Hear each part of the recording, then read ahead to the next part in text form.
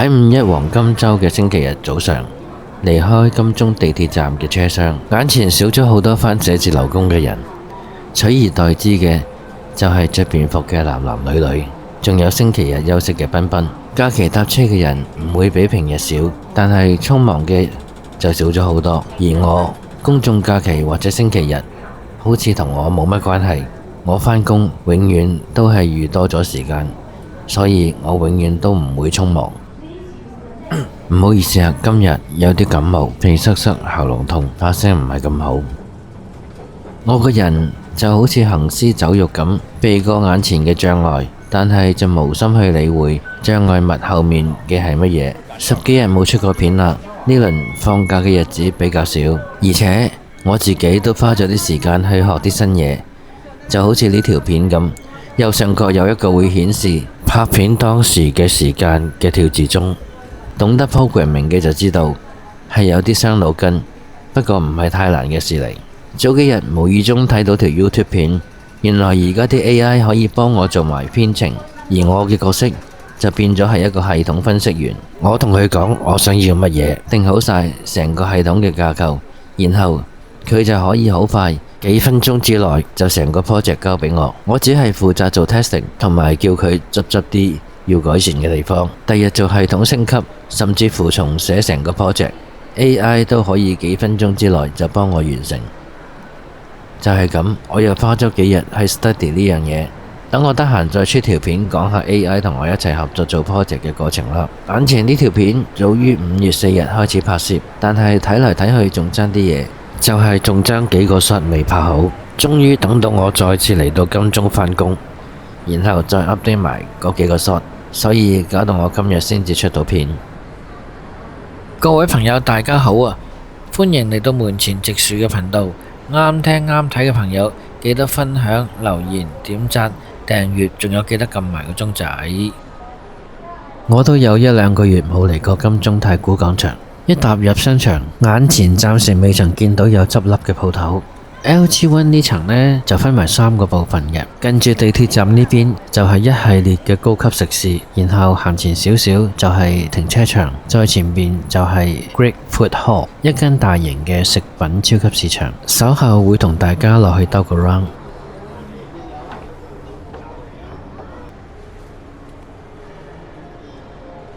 上到嚟1樓，經過 concierge，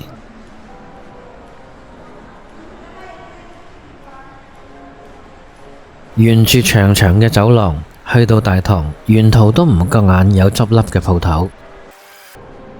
好，咁就嚟到大堂，表面仲係金碧輝煌啊！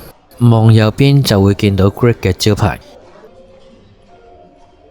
然後我哋向住個招牌行過去，就會見到 Great Food Hall 嘅入口。咁我哋就落去睇睇。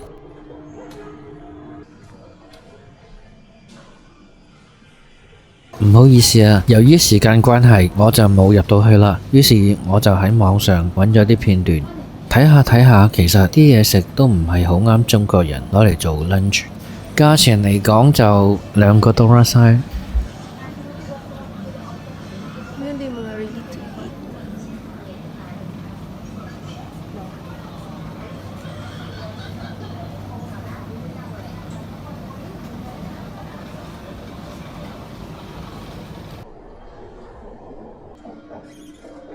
好啦，咁我哋再睇睇太古廣場嘅其他部分。我哋經扶手電梯上去3樓，沿途都唔覺眼有鋪頭執笠喎。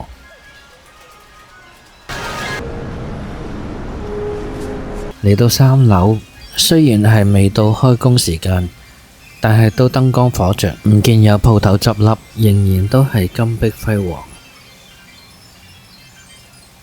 何以人流仍然係咁少？何以商場得幾個大陸人？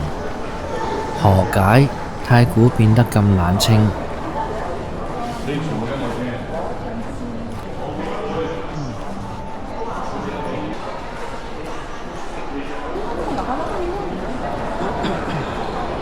拍攝當日係5一黃金週嘅星期日，行到出嚟中庭，見到人流就比較多啲，但係雖然係五一黃金週假日，始終都唔及疫情之前。行到天橋，我哋就可以好明顯咁睇到人流係大幅減少，商場裡面嘅人好大部分都係路過嘅，冇幫襯嘅。晏晝我就多數經天橋行過對面揾食，嗰邊啲價錢啱我哋打工仔多啲。好，經過天橋返嚟太古廣場，再望下晏晝嘅人流，大陸人比以前大幅減少，心裏邊不禁想講一句：唔係香港人北上消費，你們就完蛋啦！除此之外，人流都係得小貓3幾隻，咁我哋喺一樓行個圈睇下。內行人都知道金鐘呢個商場呢，就分高檔低檔嘅，越高嘅樓層嘅鋪頭呢，就越高檔。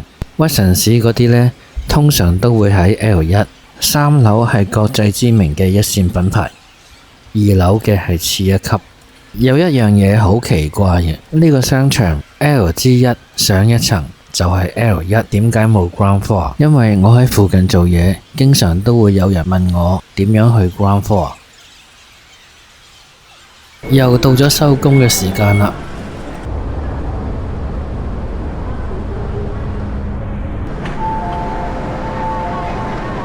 同場加映金鐘二橋拍攝當日係5月31號星期日端午節。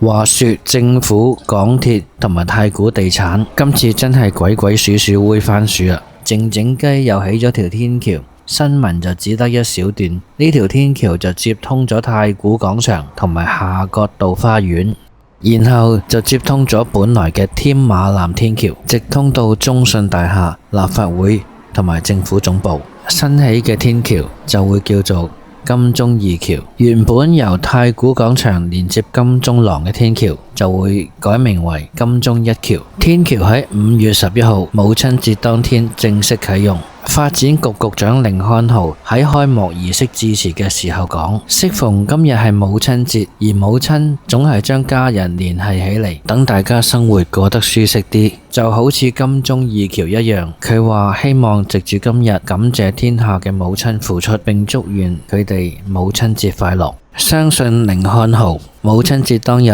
佢嘅母親一定好唔得閒。大家有冇留意到呢條天橋嘅設計？佢上面所有嘅裝飾都係固定咗嘅，例如花槽同埋滅火筒，重點係冇垃圾桶。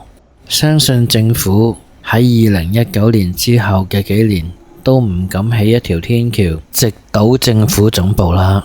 我呢部機都幾好嘢喎，風聲車聲都錄晒。我到而家呢一刻先至醒悟，大部分嘅公眾行人天橋假日嘅時間都會起滿晒露營帳篷。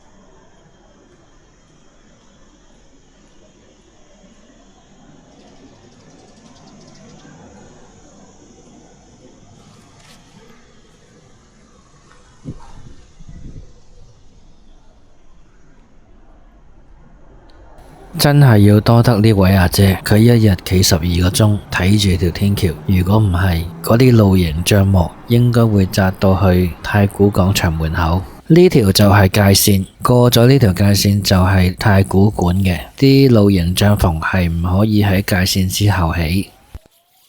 補充返少少，喺太古廣場去金鐘二橋，佢嘅入口就喺1樓嘅百老匯戲院對上嘅2樓嘅位置。再係唔清楚嘅話，可以望一望畫面嘅商場地圖。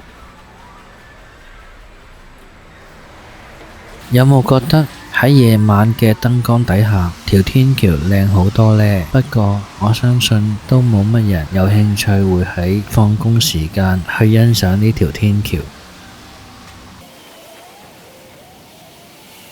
彬彬都開始收拾細軟，準備返屋企啦。不過我見到現場有好多紙皮被固定咗喺欄杆上邊，我唔知道佢哋係留返下次用啊，定係留返俾食環嘅清潔工嚟清理呢？定係有一股地下秩序，食環嘅清潔工都係唔會喐佢哋啲紙皮嘅呢？知道嘅觀眾留言話俾我知。見到部 lift 嘅指示牌話可以通往地鐵站，咁我就諗住唔再行返條天橋咁遠，入返去太古廣場兜個大圈啦。講真，呢部 lift 係我成世人第一次搭，本來都冇乜嘢嘅，點知一出 lift 見到呢兩個指示牌，指示通往列車嘅方向，就俾佢誤導咗啦。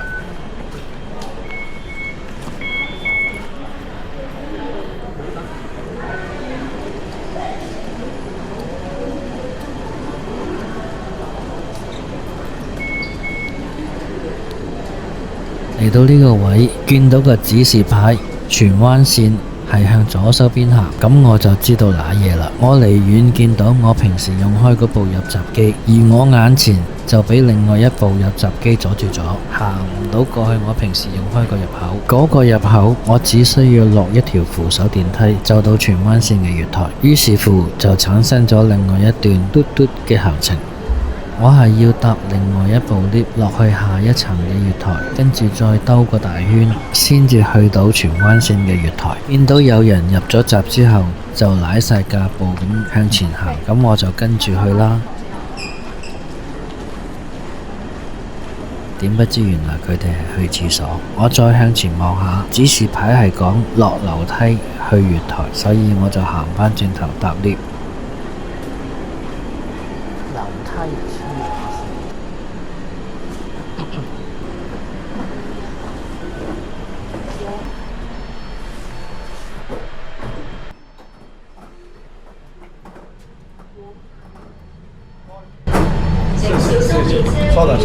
有啲人搭 lift 呢係好乞人憎，一個衝入嚟就叫收特收特，然後唔理個 lift 嘅方向，明明個 lift 係向緊下，見到着咗燈，佢仲要撳一個樓上嘅掣，然後再拖埋啲仔乸過嚟入 lift，同我一齊落咗去，然後佢哋自己再上返去。你諗下，你唔好衝入嚟喺出邊撳 lift，我落咗去架 lift 上返嚟，你咪一樣係用返咁多時間嚟上去。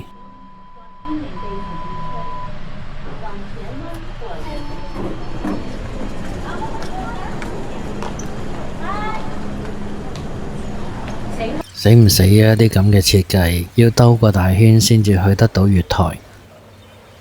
通常嚟到月台呢，如果冇車嘅話，我係會行到去我落車對正扶手電梯嗰個門口，因為由車頭行去車尾，行到去車尾嘅時候就啱啱好架車嚟到。話說之前喺我嘅 YouTube 頻道裏邊有一條片叫做《太子大廈 Canteen 的最後一天》，裏面講到太子大廈商場嘅鋪頭將會因為商場嘅翻修工程，所以裏面嘅店鋪就會慢慢遷出。有位朋友曾經問我，海富中心嗰間 Canteen 會唔會都因為海富中心附近有工程而結業啊？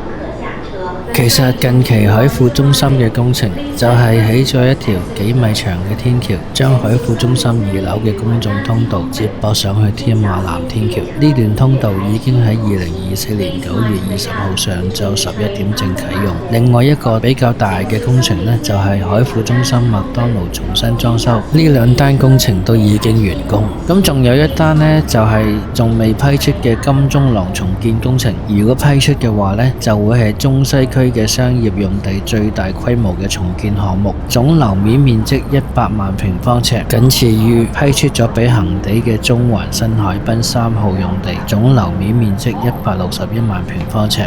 好啦，今日講住咁多先，有咩睇法歡迎留言分享，拜拜。